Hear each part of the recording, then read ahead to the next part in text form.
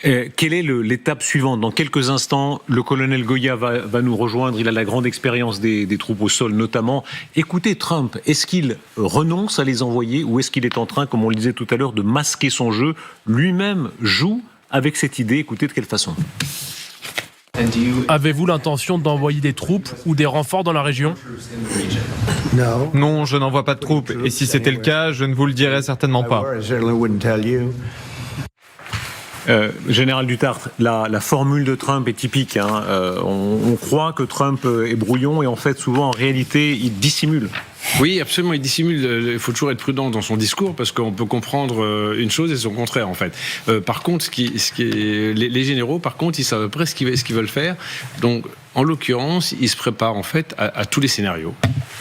Si besoin de faire un coup de main avec une opération aéroterrestre limitée, pourquoi pas? À ce stade, je pense qu'on n'y est pas du tout, mais il ne se l'interdit pas, et donc les états-majors, qu'est-ce qu'ils font? Ils préparent le coup suivant, le cas échéant. Mais moi, ce qui me semble plus important, notable, en tout cas à remarquer, c'est que le fait que les Hadis arrivent, donc cet avion dont on parlait tout à l'heure, qui est vraiment fait pour l'attaque au sol rapprochée, plus les H-64, les Apaches, donc des hélicoptères qui font aussi un peu d'appui rapproché et puis peuvent aussi intercepter les drones, ça montre quand même que c'est pas demain que ça va s'arrêter et qu'ils mettent un certain nombre de moyens pour décapiter au maximum. Les grands états-majors, évidemment, ont été touchés, mais il y a toute leur hiérarchie et leur idée à ce stade, c'est que ça cesse à un moment ou à un autre. Colonel Goya, bonsoir. Bonsoir. Merci beaucoup de nous avoir rejoints. Qu'est-ce qui ressemble à des opérations préparatoires? On va voir des images qui sont fournies par le CENTCOM, chacun fait sa propagande évidemment.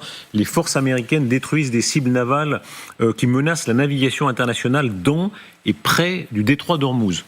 Oui, alors c'est-à-dire que là, il y a une véritable bataille du détroit qui est en train de se développer, voire même une bataille de toute la côte.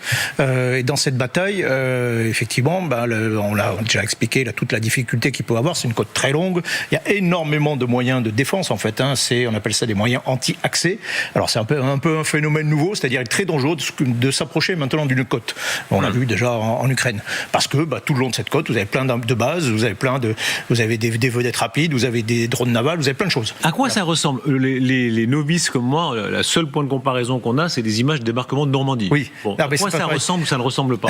Non, alors voilà. Donc ce qui veut se passer, alors il y a une évolution majeure, effectivement, c'est l'introduction des avions d'attaque, des hélicoptères d'attaque. Qui vont aller en basse couche, on va dire plus près du ras du sol. Et ça, c'est de la grosse mitraille. C'est fait pour massacrer en masse, pour détruire en masse des petites cibles. Donc c'est l'idéal pour aller traquer, évidemment, sur la côte, tous ces éléments. Et ça, donc, ce sont les Américains qui les ont? Oui, ils sont en train de les déployer. Ils les déploient parce que le ciel est à eux, très, très clairement. Il n'y a pas beaucoup de risques. Mais c'est un peu en Libye en 2011, au bout de 6 mois de frappe aérienne. Au moment où on a engagé aussi des hélicoptères d'attaque.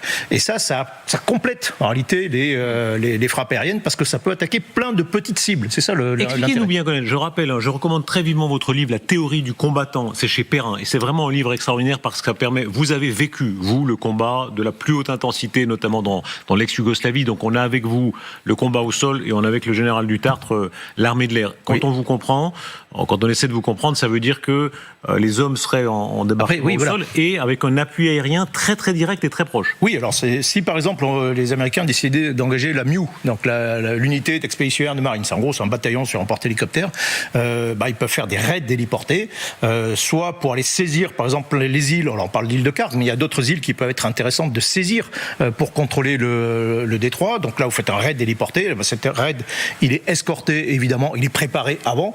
Bien sûr, on neutralise toutes les défenses qu'il peut y avoir autour, en particulier les défenses aériennes. Et après, vous créez un corridor, puis vous y allez, et vous êtes escorté par des hélicoptères d'attaque, voire même par les F-35B, c'est un décollage vertical, qui sont sur le porte-hélicoptère, et vous déposez des forces, soit pour saisir des points, soit pour faire un raid de commando, c'est-à-dire que vous allez détruire quelque chose qui est inaccessible à une frappe aérienne, aérienne, détruire ou capturer, etc. Donc c'est une multitude de petits coups comme ça, une sorte de guerre de corsaires tout le long de la côte où on essaie de réduire. Mais cette défense qui, je le rappelle, est très dense, nombreuse, qui est planquée, c'est dur, quoi, hein. Et tant qu'il y a tous ces moyens qui sont en place, vous ne pourrez pas naviguer, de fait, vous ne pouvez pas naviguer dans le détroit d'Ormuz. Le A-10 ou l'Apache, l'hélicoptère 64, contrairement au F-35 ou à d'autres chasseurs ou bombardiers, c'est vraiment pour le combat rapproché, en fait. C'est-à-dire que vous allez faire avec ça, vous pouvez faire du strafing, comme on appelle ça, c'est-à-dire du tir quasiment sur les plages. Bon, il n'y a pas beaucoup de plages du côté, mais toutes les anfractuosités, si vous voulez, du rivage sont pas faciles à toucher avec une bombe où vous n'êtes pas sûr. Et ben là, vous surveillez en fait en permanence toute la côte. Et donc, si vous entendez ça, c'est sur plusieurs centaines de kilomètres. Et ben ça va être beaucoup plus compliqué, si vous voulez, pour faire sortir des drones navals ou des bateaux rapides. Qu'est-ce qui empêche les Iraniens de les tirer comme des lapins ? On imagine cette scène, on a vu certaines images où l'armée s'entraîne avec ses engins à chenilles à arriver sur la plage, et puis en appui aérien, comme vous le dites, les hélicoptères entreraient en jeu. Voilà, ces images-là. Donc ça veut dire qu'on aurait une image comme celle-là à peu près, l'hélicoptère en appui. Non, alors ça, à mon avis, c'est ce que disait Michel Goya juste avant. Ce serait une autre opération encore. Mais avant, je pense que les A-10 et les H-64 et les Apaches feraient du nettoyage, en fait. En fait, ils nettoient les plages.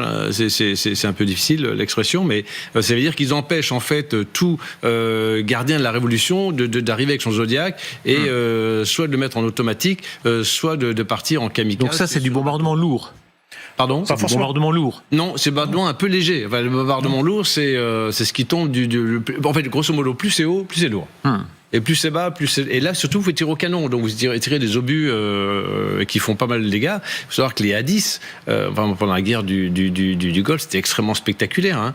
Vous aviez tous les chars irakiens qui étaient sur la ligne du Koweït, et puis vous aviez des ronds blancs. Et ben, le but du jeu, c'est que chaque rond... Et donc, les chars étaient enterrés. Donc, on les voyait du ciel et on voyait un rond blanc.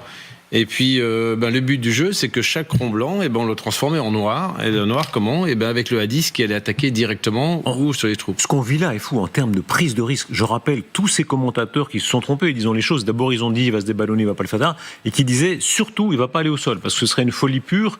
Or, les choses prennent forme. Reuters, on apprend maintenant, des milliers de soldats américains vont être déployés pour renforcer l'opération menée au Proche-Orient. Déclaration de personnes informées auprès de Reuters, mais Reuters, c'est une agence évidemment très sérieuse. Et ces responsables américains en off lui dit sécuriser le détroit pourrait impliquer le déploiement de troupes sur le littoral iranien. Ça veut dire, avec le risque de perdre combien d'hommes ? Non, mais encore une fois, ça dépend de ce qu'on veut faire. Mais il y a cette idée de déployer ce qu'on appelle en gros de l'infanterie légère, hein, c'est-à-dire que c'est des Marines, c'est des parachutistes, des Rangers, ces choses comme ça, qui sont surtout utilisés pour des raids héliportés. Et voilà, et on va traquer sur toute la côte, on va traquer toutes les défenses ennemies. On va s'emparer peut-être de certaines îles. Peut-être les Américains vont peut-être s'emparer de l'île de Karg. Donc là, ce serait quand même une grosse opération. Mais il n'y a pas, c'est pas. Ce ne sera pas le D-Day, hein, il n'y aura pas de débarquement en Normandie. Hein, c'est pas ça l'esprit. Hein. L'esprit, c'est de mener une guerre de côte pour l'instant. Alors après, ces forces, vous pouvez les introduire aussi en Iran, via le Kurdistan par exemple. Vous pouvez faire des bases temporaires à l'intérieur de l'Iran, qui est un pays immense. Et à partir de là, vous pouvez faire des raids aussi depuis l'intérieur de l'Iran sur tout un tas d'objectifs. Je rappelle, tout ça, c'est complémentaire des frappes aériennes. Les avions, c'est très bien, c'est très puissant, mais il n'y a pas non plus des milliers. Ils sont plutôt réservés sur des objectifs durs, sur des objectifs importants. Vous avez, je crois, 300, 400 sorties frappes américaines par jour. C'est pas non plus énorme pour un pays de la taille de l'Iran. Et donc, vous pouvez compléter tout ça par des raids d'hélicoptères, des raids de A-10, des raids au ras du sol, des commandos qui vont chercher des trucs particuliers, qui vont casser, qui vont capturer, qui vont prendre des points très précis. Et puis, il y a un aspect aussi important. C'est que quand vous envoyez un raid comme ça, par exemple sur l'île de Karg, vous emparez de l'île de Karg. Là, vous avez un sacré coup d'éclat, si vous voulez dire. Prenons les images en illustration. C'est-à-dire, vous plantez le drapeau comme à Okinawa, et là, à Iwo Jima plutôt, et là, oui, donc là, Trump dit, ok, voilà, j'ai une victoire. Regardez, quand on envoie des hommes, c'est pas pareil. Puisque vous parlez de cette hypothèse-là, c'est une hypothèse très importante, et de sa direction, on parle, Trump en parle, Bessent en a parlé. Expliquez-nous là ce que serait ce coup d'éclat, effectivement plus réduit, mais enfin quand même très risqué aussi. Oui, alors l'île de Karg, on l'a expliqué. C'est facile, l'île de Karg. Hein. Oui, pas facile. Si, parce qu'elle est détachée de la côte. Il y a déjà eu des tirs. Et les premiers tirs qui ont été faits, Michel l'avait bien observé aussi, c'est qu'ils ont été faits avec beaucoup de précision, juste pour montrer qu'on était capable de. C'était en fait quelque part dissuasif. Qu'est-ce qu'ils ont fait ? Ils ont fait des trous au milieu de la piste pour éviter que maintenant on puisse se poser. Donc après, ça se rebouche, mais je ne sais pas si les Iraniens ont cette capacité-là. Ils ont touché des objectifs uniquement militaires, mais ils n'ont surtout pas touché à ce stade-là aux installations pétrolières. C'est pour ça que Trump n'était pas content que les Israéliens... On les voit au bout de là, regardez, au bout de gazier. l'image, là on voit les installations pétrolières. Ils n'ont pas touché à ça, parce que Pas du tout. l'infrastructure, on la maintient. Donc, vous avez à peu près 1 millier de soldats iraniens qui sont sur place, avec surtout des défenses aériennes. Donc là, évidemment, dans une première phase, on commence à détruire autant que possible de ce millier de soldats, quoi, et notamment ces défenses. Et puis quand c'est prêt, depuis le Koweït, qui est pas très loin, qui est doit être à 200 km, là, vous lancez votre raid aéromobile, vous lancez une première vague d'un bataillon de marines, c'est 300 PAX, 300 marines qui vont débarquer et qui vont s'emparer de la position. Puis il y aura une deuxième vague, etc., etc. Ça se fait de nuit, avec des moyens qui sont quand même assez écrasants. Donc c'est possible, militairement c'est possible. Il y a du risque, il y aura probablement des pertes, quelques pertes. Il y a quoi, quelques pertes ? Alors c'est très difficile. Vous pouvez avoir des hélicoptères qui se crashent, là ça devient une catastrophe. Vous pouvez avoir 0 perte aussi, mais voilà, c'est impossible à estimer avant. Mais il y a du risque, et donc il y aura probablement, oui, des pertes. Mais en même temps, vous prenez Karg, plantez le drapeau américain sur Karg, là c'est...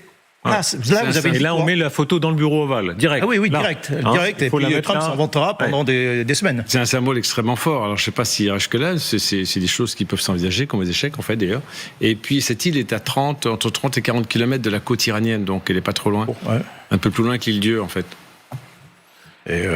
Non, mais voilà, on a besoin aussi de coups d'éclat. Dans ce type de guerre, c'est une guerre de coups. Vous donnez, c'est des centaines de frappes, vous faites des calculs, vous faites des chiffres, etc. Bon, alors vous regardez ça, vous n'avez pas l'impression que les choses avancent. Et d'un seul coup, de temps en temps, vous avez besoin de dire, ok, voilà, là on a une victoire. Les Israéliens ont des victoires d'une certaine façon, en décapitant le régime, et ils peuvent présenter des trophées. Colonel, vous avez la bonne intuition. trophées. Vous avez la bonne intuition. Je vous lis cette déclaration sidérante de Bessent, c'est le secrétaire au Trésor américain, qui a cette formule formidable, enfin, si j'ose dire. Il dit: nous verrons si l'île de Karg deviendra finalement un actif américain. Il en parle comme si c'était un investissement, comme si c'était, comment on appelle ça, un territoire à... Oui, une prise ou même, non, quelque chose où on peut construire. Non, mais ça peut très bien servir, par exemple, de gage. Vous emparez, et puis après, dans la future négociation, vous dites, voilà, en échange, on vous rend l'île de Karg, en échange, vous établissez la navigation. Et puis surtout, c'est là que les bateaux, notamment chinois et indiens, viennent se ravitailler et repartent après via le détroit d'Ormuz, parce qu'eux ont le droit de passer pour l'instant.